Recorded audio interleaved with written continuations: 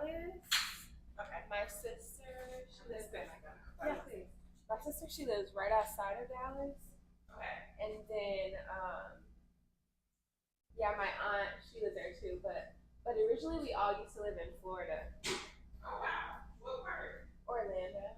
Oh, that's cool. Yeah, so that's where My one of my friends, she has 2 small kiddos too, and they are a year apart. And I was texting her when I was babysitting, and I was like, "Oh my gosh, I wish I was closer to you." She lives in Dallas. Oh, That's why I'm telling you this whole story. Wow. Because I was like, these kids are so cool, and I was like, and your kids are too, but like I've never actually met them because we used to work together. Oh, yeah. And so I've only like virtually met them. Which is not the same. It's not the same. And I was like, I wish I could hang out with them too. So, thank you, because and we'll talk about it today, like how important it is and how proud I am of you of asking for help, because it's so needed and necessary. And then for me as a mom of an older kiddo who's like past that season, so it's nice. I was like, all right, me and Riel trying to figure this out. And I was like, Riel, you're TV. Okay. Yes. I got you, girl. Now that I know, that's why you want to stay up and play. And then she passed right out. She did. Yeah. Once we figured that out, I was like, listen, I'm having a good time with you, but also you need your sleep. Yes, you're beauty rest, right? Yes. I'm just so thankful for you.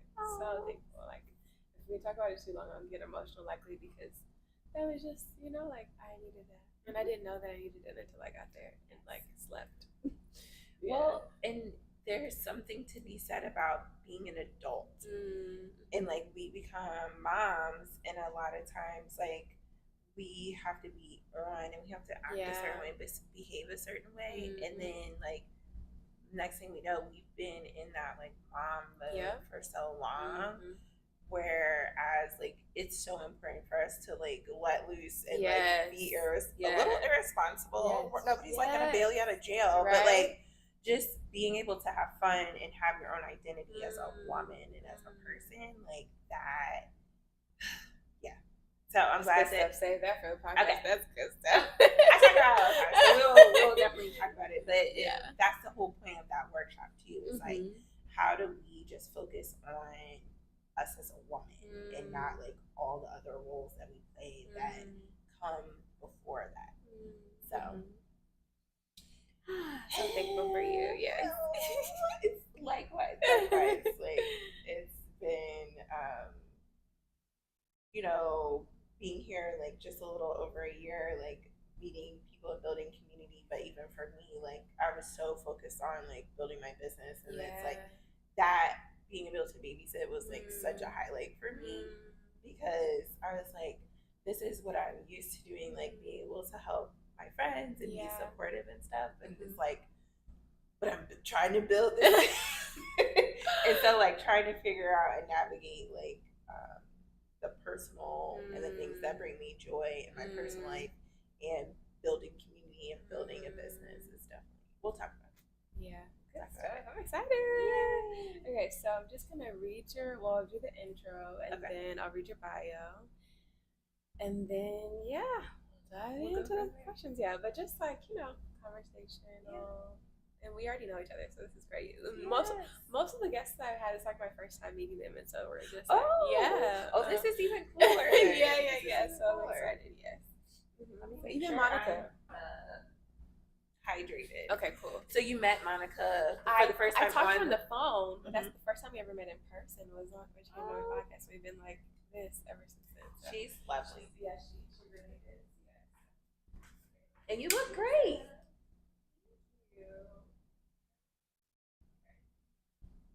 Thank you. All right. Is everything laid down? Yeah, everything's laid down. Yay. It's one of those where like you really start to pay attention to your posture. No, but don't. No. Yes. When you watch it back, you'll be like, man. I have a friend whose podcast I was on, and I was like, I just can't wait to see it because I want to hear what I said. I also want to see like, was I like the news. I love when I saw you on the news. Oh, yes. I was... we could talk about it on the podcast, or I can tell you now. Yeah, we can talk about it on the podcast. Okay, because that was a very comical situation, for sure. It was comical. Yeah. Yes, I'm glad that I enjoyed it. I'm glad that it turned out. I was like, yay. Okay, yeah, let's talk about it later. Okay. All right. So, again, I won't be able to cross my legs for that long. Oh, whatever. Okay. So yeah, intro, and then I'll read your bio, and then we'll dive in. Right. Okay.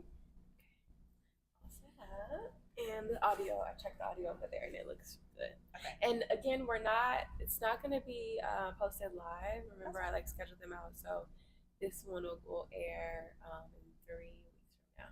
Okay. Understood. Get that pressure on. Do you want me to look here? Yeah, you can look. Well, when I do the intro, you can look there if you want, and then I'll just be talking to you after that. Okay, perfect. Okay. All right, here we go. Hello, everyone, and welcome to another episode of the Heart Next Door podcast. If you are here, you are home, and as you know, in this season, we are diving deep into the beauty, the challenges, the pain, and everything between when it comes to maternal health and family wellness. And today's guest is truly a gift. She is a light. She's such a beautiful spirit, and I'm so happy and thankful that she's chosen to share space with us today. Today's guest is Ashley Burton Mims. Welcome. Thank you. So for those of you who do not know, Ashley Burton Mims is the founder and CEO of Emerald and Rose Consulting, a leadership and wellness consultancy dedicated to helping people burn bright and not out. After experiencing her own corporate burnout while managing $1 billion businesses at Fortune 500 companies, Ashley transformed her journey into a mission, equipping leaders, organizations, and communities with tools to prevent burnout and build culture rooted in rest, intention, and sustainable success. As a mom, entrepreneur, and speaker, Ashley integrates compassion, purpose, and practicality into her work, supporting women and gender-expansive people of color in navigating unique challenges with dignity and joy. She is the creator of the BRIGHT framework, which is an acronym that stands for Boundaries, Rest, Intention, Grace, Honesty, and Tribe, which I love so much. And she was recently featured in Forbes' editor's pick for her insights on banishing burnout with intention. Through coaching, consultancy, and her signature Burn Bright sessions, Ashley is reimagining how leaders and communities approach wellness, making rest a strategy, not an afterthought, and showing that sustainable success comes from alignment, not exhaustion. Welcome to the Heart Next Door, Thank Ashley. You. Wow. It's interesting to hear about myself. I guess I do all those things. Listen, girl, you are everything and more. And I feel like this isn't our first time meeting, which is just so thankful for the way that we met. And even now knowing you, I feel like it's been maybe a couple of months since we first met at an event at Monica's Talk It Out, Walk It Out event, which is amazing. You're hosting a session. And ever since then, even though we've only interacted a couple of times, but most recently, I'm so thankful for you for helping step in when I needed care for my little ones. You're such a haven and such a great resource for us. So I say all that to say that even this bio doesn't fully encompass everything that you are. So thank you. Yes. So thank you so much for joining us. So to start, I just want to dive into the beginning. First, I love the name of your company, Emerald and Rose Consulting. Yes. So beautiful. So just tell us the beginning. How did Emerald Rose Consulting come to life? Ooh, such a good question. So I don't know if you ever watched the Golden Girls, but it's picture it. 2 years ago, so around this time in 2023, I was sick, just very unwell. I was inflamed so much I could barely walk. My hips were locked up. I was having panic attacks. I wasn't sleeping very well, and I just felt really sick. And I wasn't being really honest with myself about what was going on and what I was struggling with. And I just kept showing up hey, everybody, I'm fine. But the people around me definitely started to notice something's off. And at the time I was doing a fellowship with the organization in Columbus called Sora's House, and one of the ladies was like, hey sis, you can take a leave of absence from work, and I think that you should. And I was like, wow. No, but also like, I'm fine. Yeah. Like, I was going through a breakup, work was super toxic, and I was like, this isn't even a good time to take off work. Like, why would I do that? Yeah. And fast forward maybe about October of that year, I just couldn't do it anymore. Like, my body was like, yeah, so that leave of absence sounds really good. And I remember being at my bestie's. She lives in New York, and we were watching a football game, and it was like Lincoln Financial Field. And right before the trip, I was like looking into, what's this leave of absence? What's that? Yeah. And the leave of absence company is named Lincoln Financial. What? So I was like, this is a sign. Wow. Yes. So even on that trip, I was like, okay, I got to figure out how to take this time.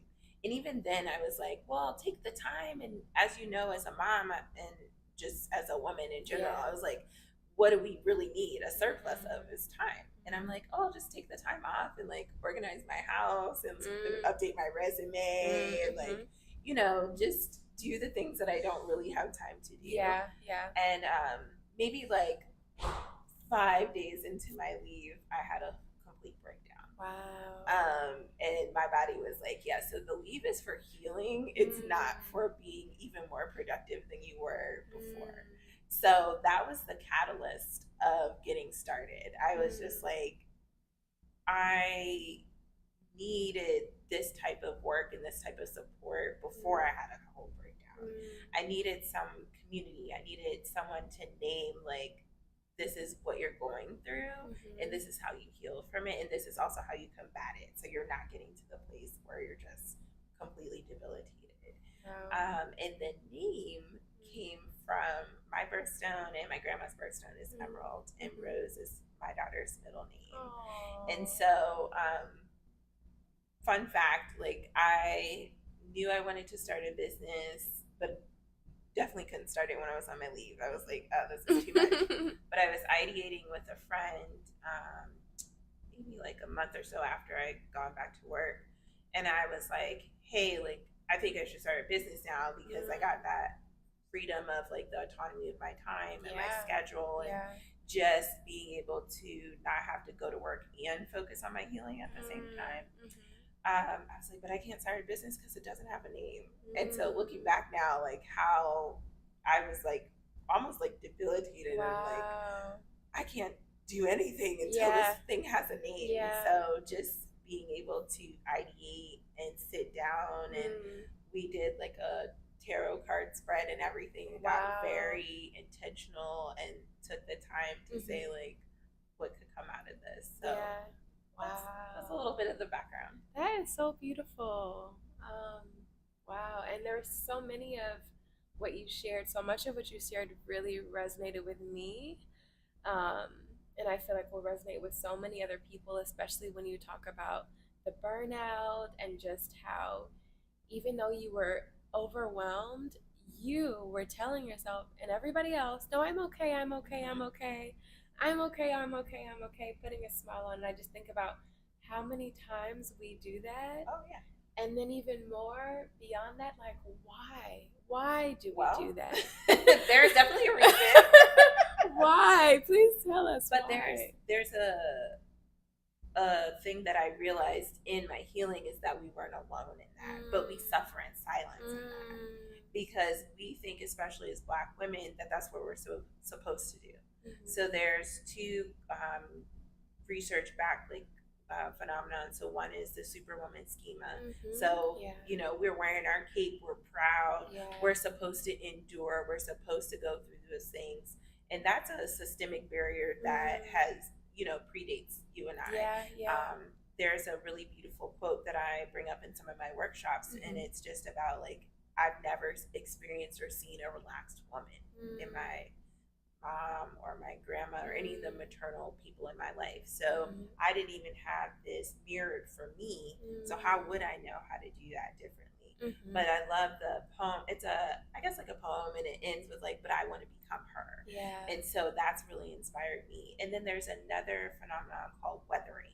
And so that's actually the toll that burnout, it's beyond burnout for Black women especially, that it takes on our physical and our mental and emotional health.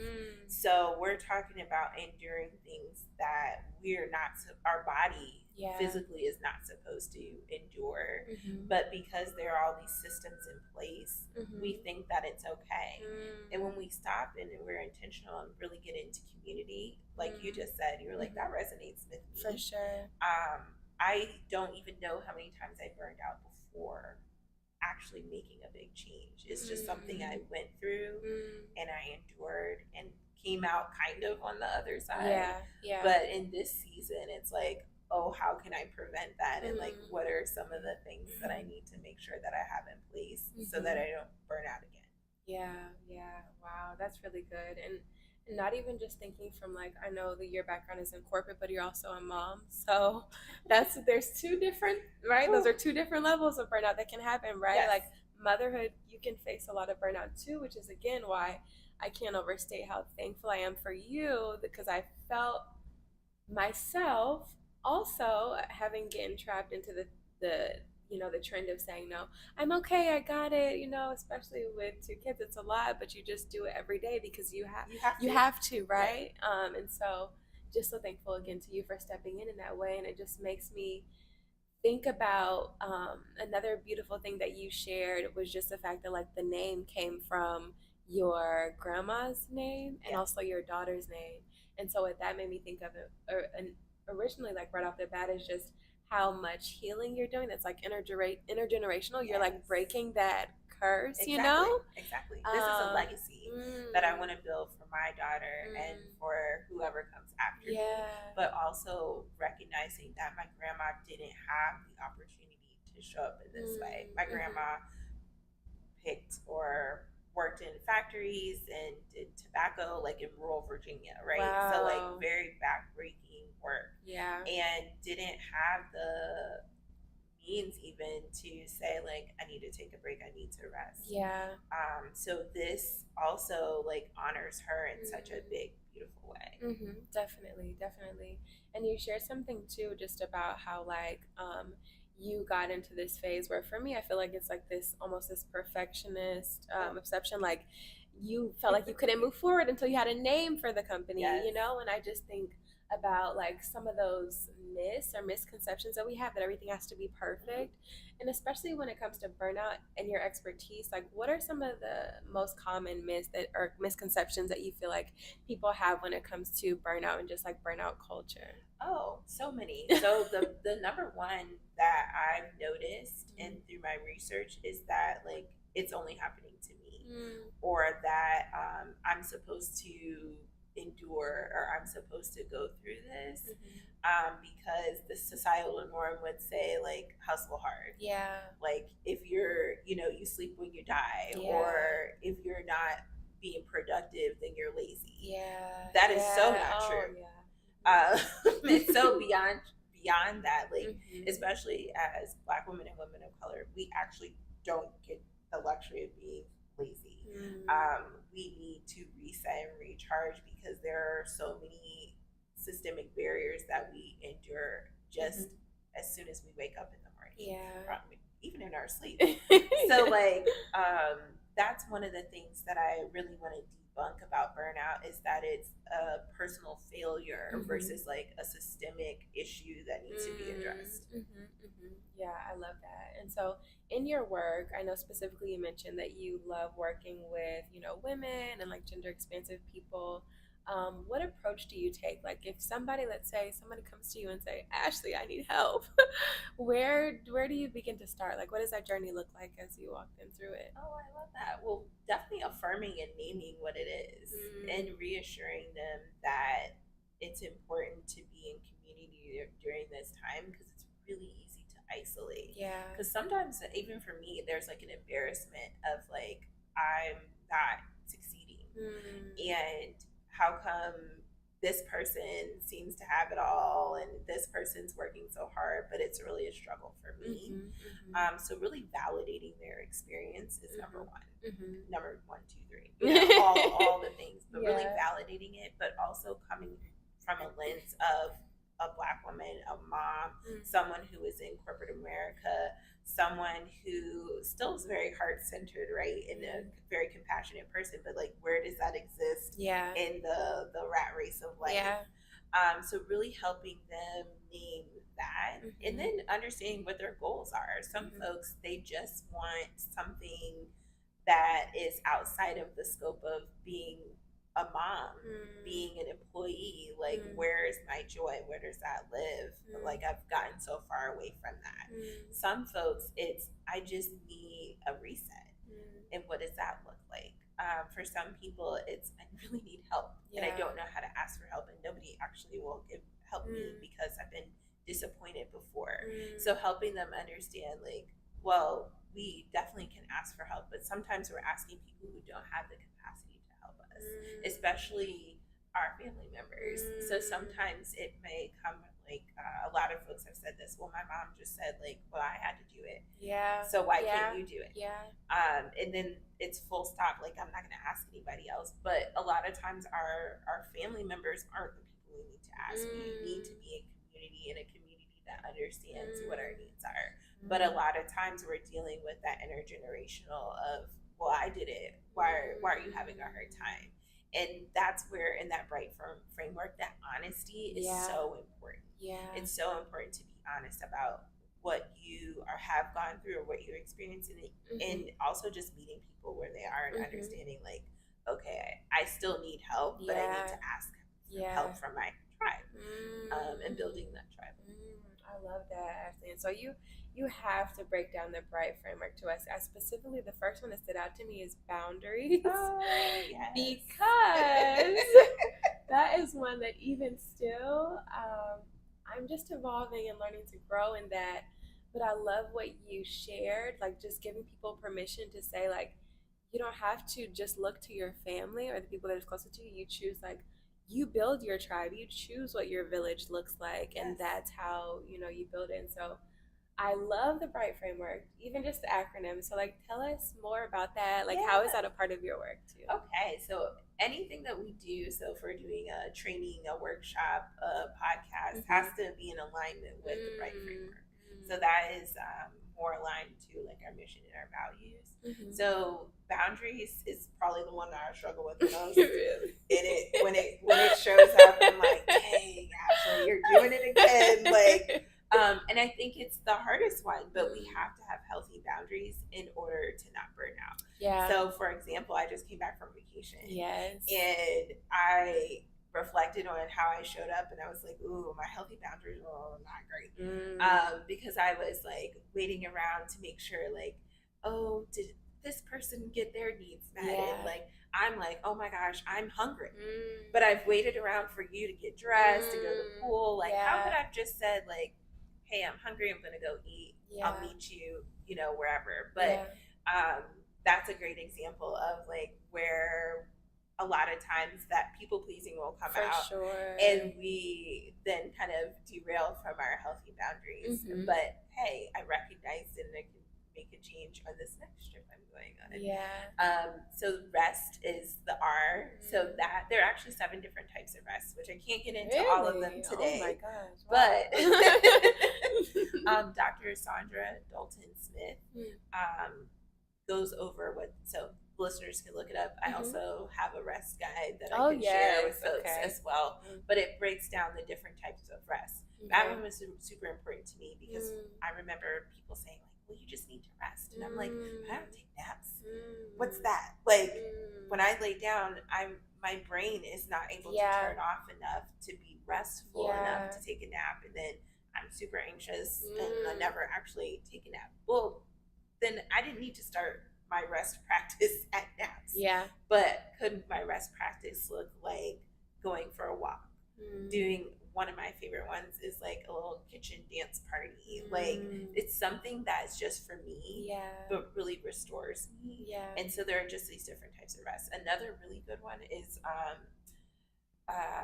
kind kind of recognizing energy vampires in our lives. Energy vampires. Whoa, you gotta define that.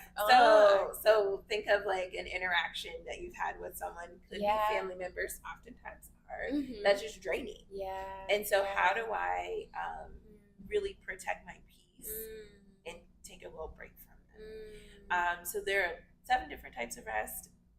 We can definitely learn more about them. Yes. I do not have the we'll link all yes. But definitely look it up, and we can talk more about that another time. The I is intention. So being intentional, which I think was one that I had to name for myself about how I actually show up and how I can be able to set healthy boundaries and prioritize rest. I have to be intentional. So intentionality, I think, is underutilized word at times, but like being intentional about what that looks like for you. Grace, giving grace to ourselves. I know I give a lot of grace to other folks, and then it's like I'm super hard on myself. So really extending grace to yourself the way that you would to others, wherever you are. Honesty. So we talked about that a little bit more, but really being honest about what's going on. I was not being honest about what was going on in my life. I was just like, everything's fine, everybody's fine. Like, why are you concerned? And that is such a detriment to us all when we're not really being honest about what's going on, because it makes it hard for people to support and help us. And then tribe, which I wanted to name community, but bright sounds so cool. Yes, but tribe is our community. So that's our chosen family. Those are the people that we ask for help. Those are the people that we need the most, because burnout thrives in isolation. And we can start to tell ourselves a story and it really go unchecked. I'll tell a very quick story here about that 5th day that I talked about earlier when I had a whole breakdown. So I took the leave of absence. Me being me, I was like, I've submitted all my paperwork and I've done all the stuff and like, this should be fine. And I got a call like, oh, this isn't the right documentation and your therapist needs to send us like something else. Well, my therapist had an unexpected death in the family. Oh no. And so I was like, but she can't. And I like literally like cried and it was like in the fetal position, and I just was like, I'm never going to be able to get a break because the spiral, right? The spiral. And so I picked my daughter up from school. We were supposed to go to an event. It was an election day that day, and there was like this respite for folks after this election. And I picked her up and I was like, so we're just going to go home because mommy's really sad and I need to cry. And she was like, why? Like, you need to see your friends. And I was like, but they can't see me like this. And she's like, no, mommy, like this is, we should go. And I want to go. And I was like, okay. So we go, and literally I pull up and I'm like, okay, I got to put on a brave face. And I get out the car and I see my friends and I just collapse in their arms and fall apart. And I wept and it was held, and somebody took her. I don't know. She was gone, so I could have like this time. But like, that's what I mean by tribe. Like, I was so blessed that I already had those folks in my life. So when I needed to fall apart, they were there. Wow. That is powerful. Thank you. That is so powerful. And that makes me, reflect a lot. Because that is so true, what you say about it just being able to thrive in isolation. Oh, yeah. And just the importance of knowing that you have a safe space and a safe community where people can still hold you, because that is a part of us and our healing, connection. So I love that. I love that so much. And so as a mom and in like your own journey, when you think about your own ways of like personally practicing balance and like protecting your own well-being, do you just implement that in your own life, or do you have like other secrets or tools that you implement? Both. So this one is probably the one that I worked on the most diligently, is protecting my time. So I'm not sure if it's even considered like a balance at this point. Like it's already, it's back to that intentionality. Like it's just part of my day now. Yeah. But you got to start somewhere, right? So I was a single mom for a good amount of my daughter's life. She's 12 now. And I would get up, get her ready, go to work. Like I never took any time in between these activities. Pick her up, come home, you know, make dinner, put her to bed, and then it was like, yay, now it's finally my time. And I did not play about my time. I was like, listen, you guys go to bed, love you, night night. I don't want to see you until tomorrow. No, I get it. But like I was putting myself last though in that model, right? Like I've given myself to work, I've given myself to her in the world at large, and then I made time for myself. And that really was a wake-up call for me when I went on leave of absence. Like I'd go take her to school and then I'd have this time, and I'm like, oh well, what am I supposed to do now? Like this is cool. So now it looks like I still have to get up and take my kids to school, but one thing that I didn't mention is like I would get up and start my day, but like I'd be dressed and everything. Even when I was working from home, like I technically could have taken her to school, relaxed a little bit, gotten dressed. I do that, but no, I was getting dressed and like go. So now it's like they're a little bit older, yes, so they can dress themselves, and I'm like, let's go, get in the car. You better be ready to go when the car, leaves. But like I did not have this on when I took them to school this morning. I had on whatever I slept in. I rolled out of bed, crusty and everything. So I was joke like, listen, if you saw me this morning, like just avert your gaze, like mind your business. Like I'm taking care of myself first. So I don't meet with anyone before 10 a.m. I've actually kind of moved it to 11. But that's something that I really recognize that I need to prioritize myself. So yes, I do still have to do stuff for them in the morning, but you're not, unless I really, really love you to pieces, like we're not interacting before 10 or 11 o'clock in the morning. And that's just to protect my peace and make sure that I'm always carving out time for myself. So some of the things that I do, I might make myself a healthy breakfast. I might lay back down. I might listen to a podcast or a book. It doesn't really, what am I trying to say? Whatever it is for me. Whatever I'm doing in that time is for myself. So it could look different for everyone, but just making sure you're carving out that time that's just for you, because nobody can take that away. And doing it first, not as an afterthought. Not at the end of the day. Oh, that is so powerful. And I think a big lesson too in that is just, especially as someone who I call myself a recovering perfectionist. Listen, like I love the fact that you drop off your daughter to school in exactly the way that you got out of bed in the morning and don't care, you know? It was a big adjustment, right? Oh my God, yes. Speaking of my grandma, she always looked amazing. Like, she passed away now, but like, so she can't say anything to me, but wig laid, nails done, like always looked good. And so I really looked up to her at that, where like I could not go outside not looking presentable. Yes. As a Southern girl, that definitely that was not a thing. Not a thing at all. Not a thing. And now I'm like, oh, but that there's a lot of history behind that too, of us having to present a certain way and us having to show up a certain way for our own safety. But that doesn't apply right now. Like I'm driving down, I don't know, the Lodge, you know, I was like, what is that street name? But driving down the Lodge to take my kids to school and literally being like, love you, bye, tuck and roll, like, you know, like you're fine.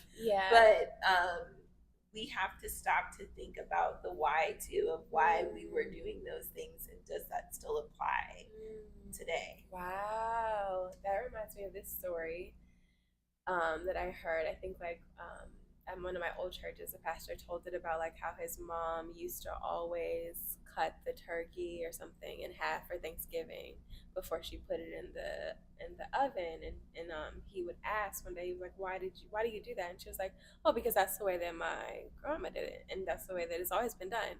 come to find out that they would always cut it in half because they had smaller ovens. They didn't have any space, right?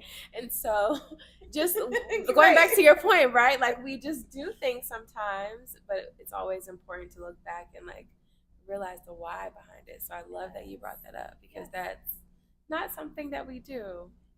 Yeah. And it makes sense, right? Like we can, and we didn't really talk about this at all, but like we can also be on autopilot on certain things because it's comfortable. Yeah. But it doesn't necessarily mean it's serving our highest good. We are just going and going because that's what we're used to doing. Yeah. And that people pleasing element too, I feel like that plays a big part of it. And I think especially after I had my son, my first child, I went through a really hard postpartum season.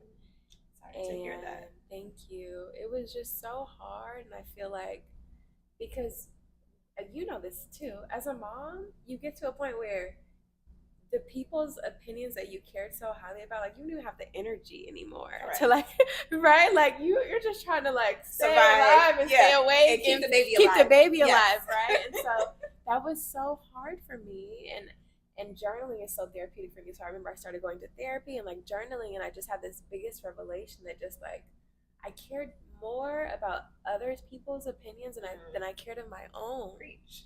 And that was painful for me, you know? Like, and I had to apologize to myself. I'm sorry. That's like self-betrayal to put other people before you in that way. And so I love that.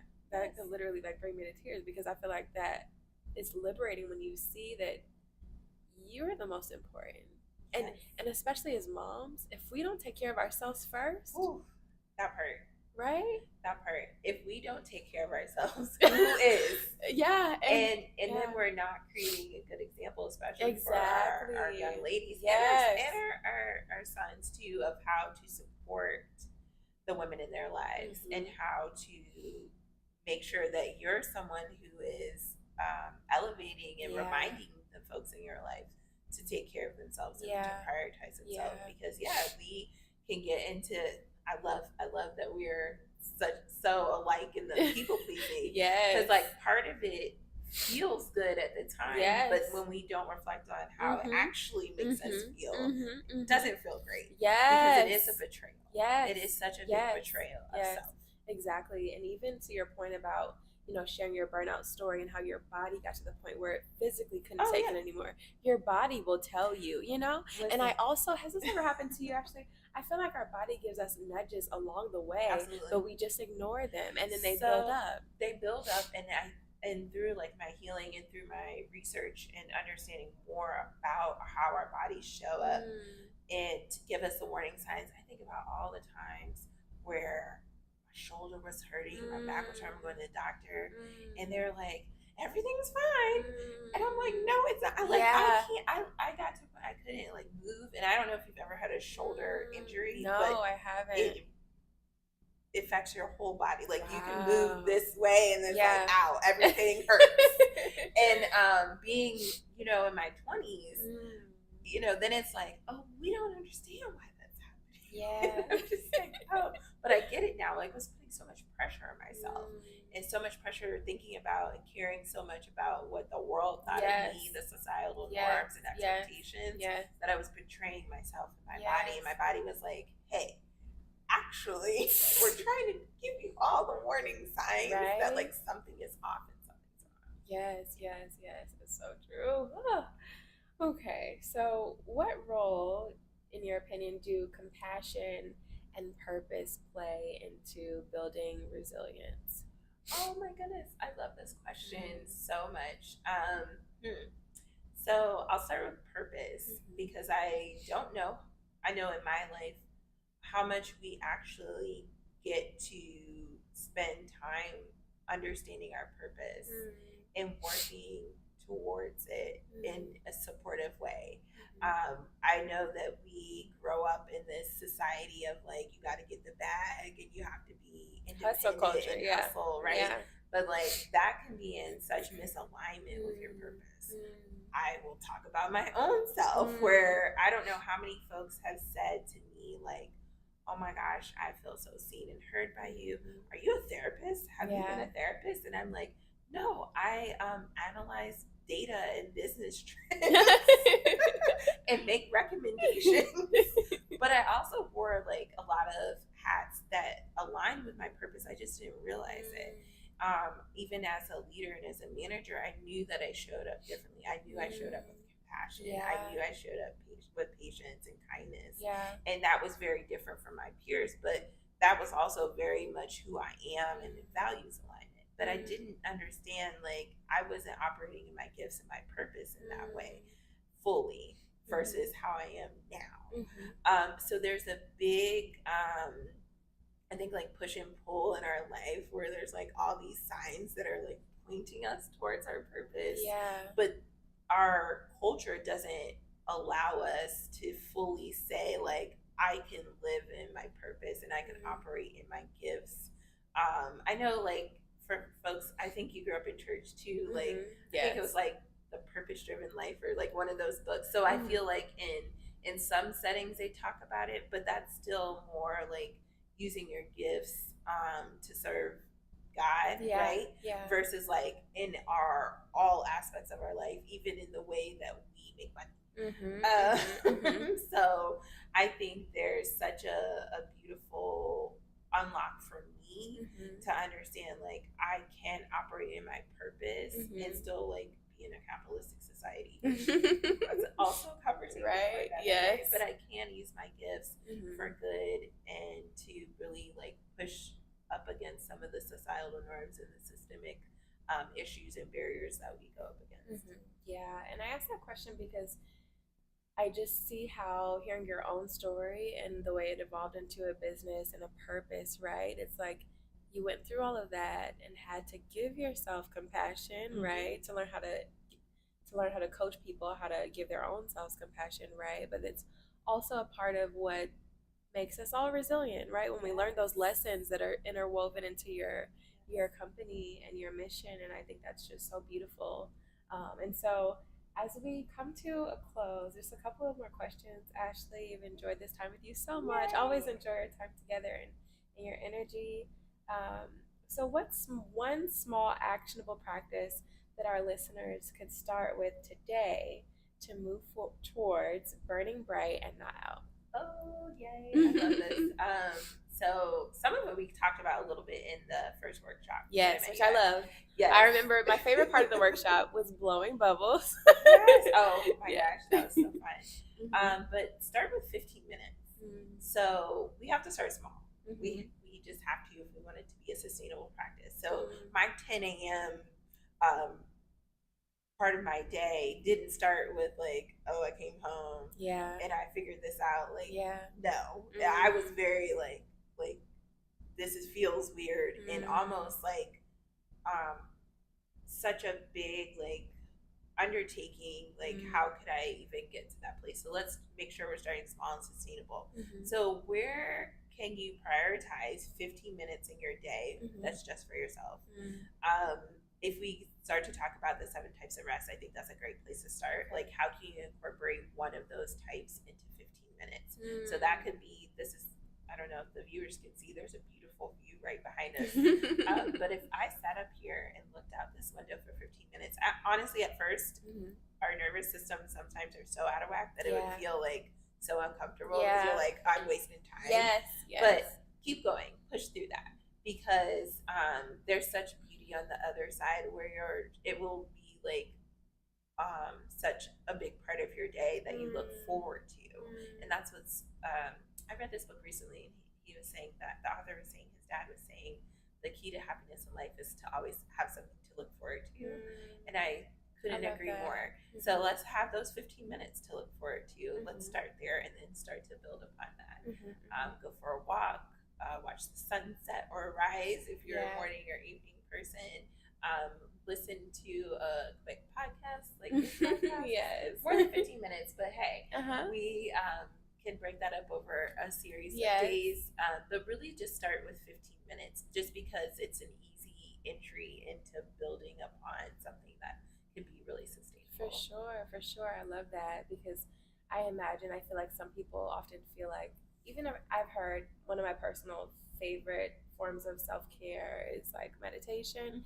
And I've heard so many people say, and I feel like I was guilty of this initially, like, oh, that seems so hard. I can't imagine myself like meditating for an hour. What am I going to do? It's overwhelming, blah, blah, blah. But just like what you said, like thinking about it from taking a 15 minutes, like just 15 minutes, start there and building upon that, I think it makes it seem so much more attainable. Yes. Yeah. And let me clarify. We're scheduling this 15 minutes just like you would a really important business meeting. So I know when most of us look at our calendar for the day, we see we have however many meetings, and we make sure we go to those meetings, exactly. And we prioritize and we're prepared. So I expect the same for this 15 minutes of your day for it to be a non-negotiable, just like you would at work meeting. Yeah. I love that. So true. Okay. So when you envision the future of workplaces and communities, prioritizing mental and emotional health, what does that look like to you? Oh my gosh. I was just talking to one of my mentors today about this, where we're up against like such systemic barriers that it feels like there's so many layers to it that we're undertaking. But the biggest thing I want is for leaders to have more emotional intelligence. And that starts with like recognizing that I'm a human being, you're a human being, none of us are machines. Yeah. I know we're using chat a lot more, but hey, that's different. But really recognizing that we're all human beings and leading with emotional intelligence. So that BRIGHT framework is built for that reason. None of those things are tied to our productivity. None of those things are tied to working while we're supposed to be on PTO, working long hours of the night and expecting people to go, having this false sense of urgency. So we're trying to combat all of those things. So like those are the things that I don't want to see. Yes, none of us. Right. So, but we've all experienced it in some way, shape, or form, and even accepted that that's how it has to be. And it really doesn't. I'm still extremely productive and I still get a lot done. But I also rest. I take breaks. I'm really honest with myself when I've overexerted myself. I ask for help. I delegate things. So that's what I really would love for it to look like. And also just creating more safe spaces for people to bring their authentic selves to work, which can be really difficult, especially as a Black woman in settings that you may be the lonely only. I know for me, stepping outside of the corporate world, I'm like, man, I very rarely was showing up as my authentic self. And I was tokenized. I was code switching. I was dealing with micro and macro aggressions. And all of that took such a big toll on my nervous system, even to the point where like now I'm very intentional about who I'm meeting with, who I'm in alignment with, because I'm like, I don't want to feel like that ever again. So how do we create those spaces for everyone to show up as their authentic self to work? Wow. Well, the beautiful thing is that you are doing all of that and more through Emerald and Rose Consulting, and it's such a beautiful thing because it's such a necessary thing. I know firsthand, and so many other, like literally everyone that I know, I'm sure can relate to all of that too. And so I'm just so thankful for everything that you do. So thankful for your platform. And I know that you have gems. You've only scratched the surface. You have so much to offer people. Yes. And you have to tell us too, before we leave, tell them how they can connect with you. If there's anything exciting that you're looking forward to upcoming with Emerald Rose that you'd like to promote, please let us know. Okay. So one, for those of us who are on LinkedIn, I'm Ashley Burton Mems. One of one. So it's very easy to find me on there. On Instagram, it's burn.bright.out. So Burn Bright Night Out is our tagline. So it should be easy to find us on Instagram. That's where we're most active. Our website is emeraldandrose.com. You can sign up for our email on there and book one-on-one coaching and consultations on there as well. And then we have a really cool series coming up. I'm very excited about this series. It's called the Hibernation series. I haven't thought of like a catchier name, but I think hibernation series sounds good. Yeah. So it's about how to stay connected in community when we go into this season that a lot of us dread, especially if we've experienced seasonal depression, which I have, and thankfully like have incorporated a lot of tools to combat that. But I still, it's a struggle. Yeah, it is. Looking forward to not experiencing it, but there is a book called How to Winter, and it inspired this series. So we'll kick it off with a book club. I think I've only recommended. No, I haven't recommended any books in this podcast. It's just so not on brand for me. I'm always recommending books. All right, so How to Winter is one of the books that inspired this hibernation series. So she talks about like how happy people are in some countries that maybe only get like a couple hours of sunlight a day, but they have these rituals that they do to look forward to as the season changes, because it's going to change whether we want it to or not. So what we're going to be doing is establishing some rituals. So one will be taking care of our skin.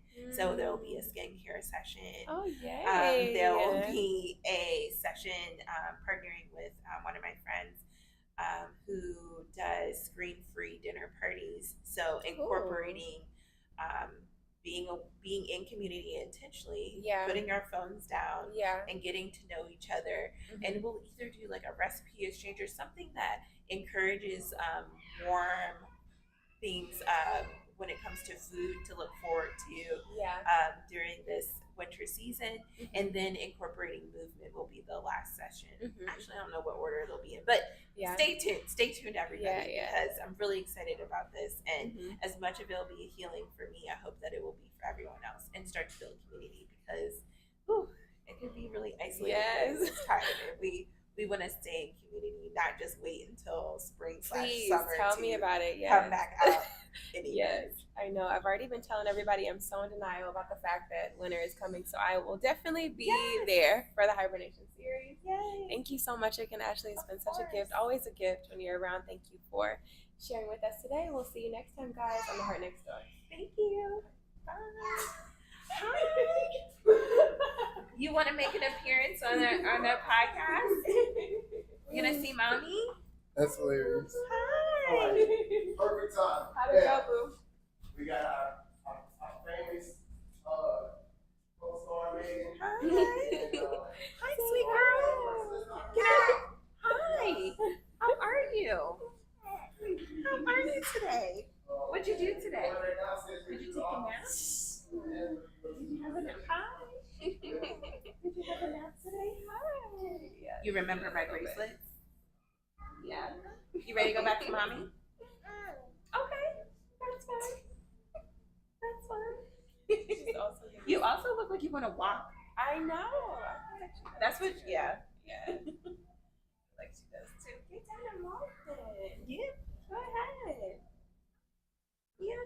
She was, it was funny. She was playing with my necklace for a very long time. And I was like, that's so sweet, because there's an emerald on here. And I was like, oh, I love that. She was very entertained. I was like, I love that. And I love, that's like my favorite color too.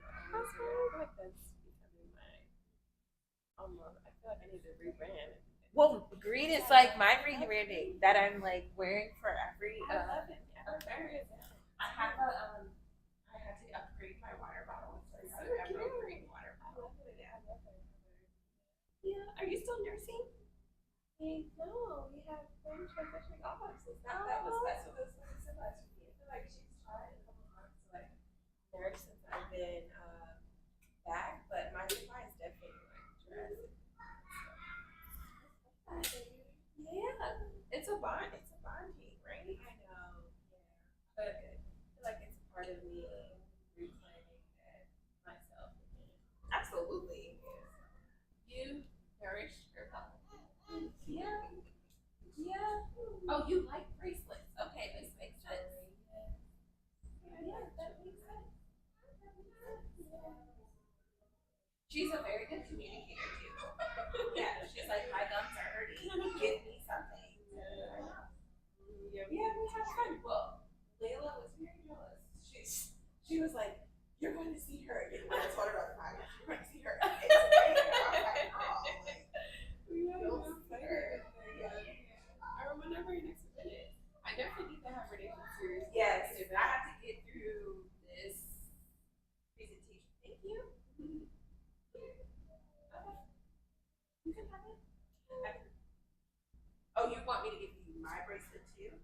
What's I give you my hair tie?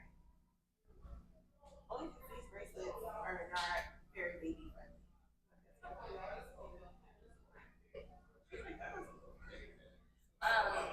But yeah, I wanted to continue launching it at the end of the year. I actually talked to somebody yesterday about the food to incorporate. They said